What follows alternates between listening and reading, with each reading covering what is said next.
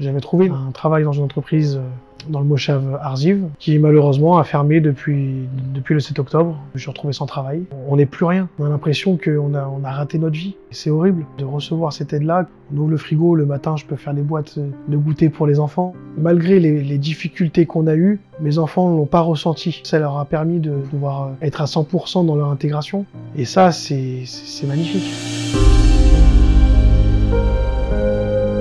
Alors, au démarrage, tout allait bien, on avait beaucoup de projets. On voyait notre vie avancer. Les écoles des enfants étaient très bien. J'ai eu 4 enfants en France et j'ai eu mon 5e ici en Israël après avoir fait mon alia. Donc tout m'allait. Nahariya, c'est une ville magnifique. C'est une ville où, à taille humaine, les gens sont très accueillants. Les Israéliens là-bas se donnent du mal aussi pour qu'on s'intègre bien comme il faut. Au début, c'est très compliqué, on n'a pas la langue. Au départ, on devait faire l'ulpan. Notre ulpan a été décalé de 2 mois. Et moi, je pouvais pas attendre 2 mois comme ça sans rien faire. Donc j'ai trouvé du travail avec quelqu'un dans les travaux. Et puis voilà, quoi, ça allait bien. Ensuite, comme je vous avais dit, on avait des projets avec ma femme, d'acheter un appartement, d'avancer dans notre vie, ici en Israël. Tout ça, ça implique que je peux plus travailler comme ça. Il fallait que je trouve un travail dans une entreprise avec des fiches de paye comme il faut. Et en plus, moi, à la base, je suis électricien.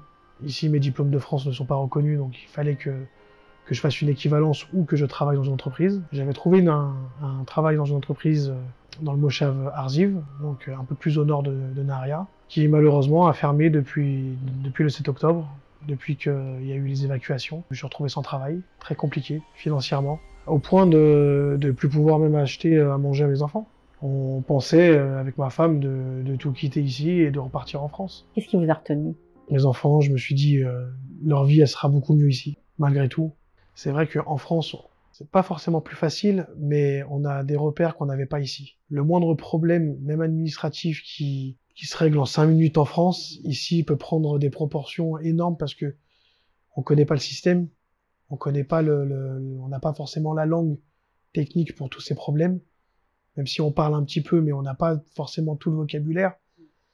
Donc le petit problème qui peut se régler en 5 minutes peut vite être un problème insurmontable. Et là, on a connu une dame très gentille qui s'appelle Brigitte, qui nous a parlé de Kalita, qui nous a aidés aussi bien financièrement que émotionnellement.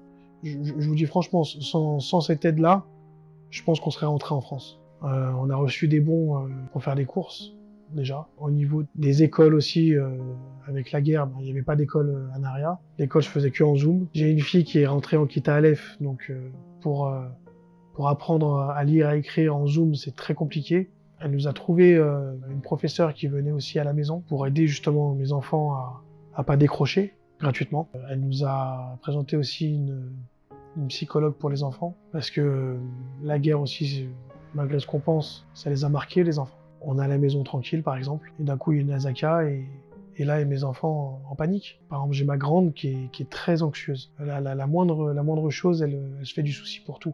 Il est arrivé aussi que pendant une azaka, ma femme, par exemple, était dehors en train de faire des courses ou quelque chose. Elle arrêtait pas de me répéter appelle maman, si elle est bien à l'abri, appelle maman, appelle maman, appelle maman.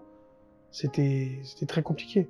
La guerre était très difficile. Déjà, on n'avait plus les loisirs qu'on avait au début. Le fait d'aller au parc, c'était plus possible. Mes enfants avaient trop peur qu'il y ait une azaka. Où est-ce qu'on peut s'abriter? Donc c'était plus possible. Cette vie-là était plus possible pour mes enfants. Donc du coup, on a pris la décision avec ma femme aussi de déménager, de s'éloigner de la frontière du Nord. Et depuis, ça va mieux. Et justement, cette aide psychologique que j'ai reçue de Kalita, elle nous a beaucoup aidés. Ça nous a permis de surmonter tout ça, de nous dire qu'il n'y avait pas que ça en Israël, qu'on pouvait vivre bien. Je voulais pas forcément aussi partir de Nahariya, mais le travail aussi me l'a obligé. Au moins une fois toutes les 2 semaines, j'ai une personne de Kalita qui m'appelle pour m'aider à trouver du travail.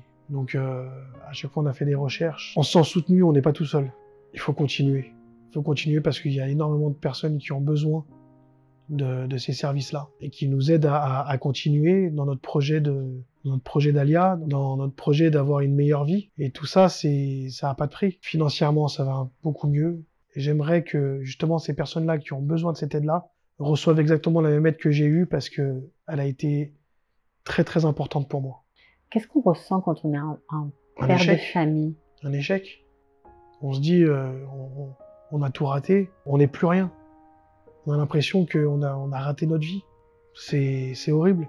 Et du fait de recevoir cette aide-là, que justement, voilà, on ouvre le frigo, le matin, je peux faire des boîtes de goûter pour les enfants, que je vois mes enfants, en fait, malgré les difficultés qu'on a eues, mes enfants n'ont pas ressenti cette difficulté. À eux, ça leur a permis de continuer à avancer, de pouvoir s'intégrer, de pouvoir être à 100% dans leur intégration. Et ça, c'est magnifique. La guerre ici, elle n'est pas terminée, malheureusement. C'est pas la première guerre qu'on a eue, ce sera pas la dernière.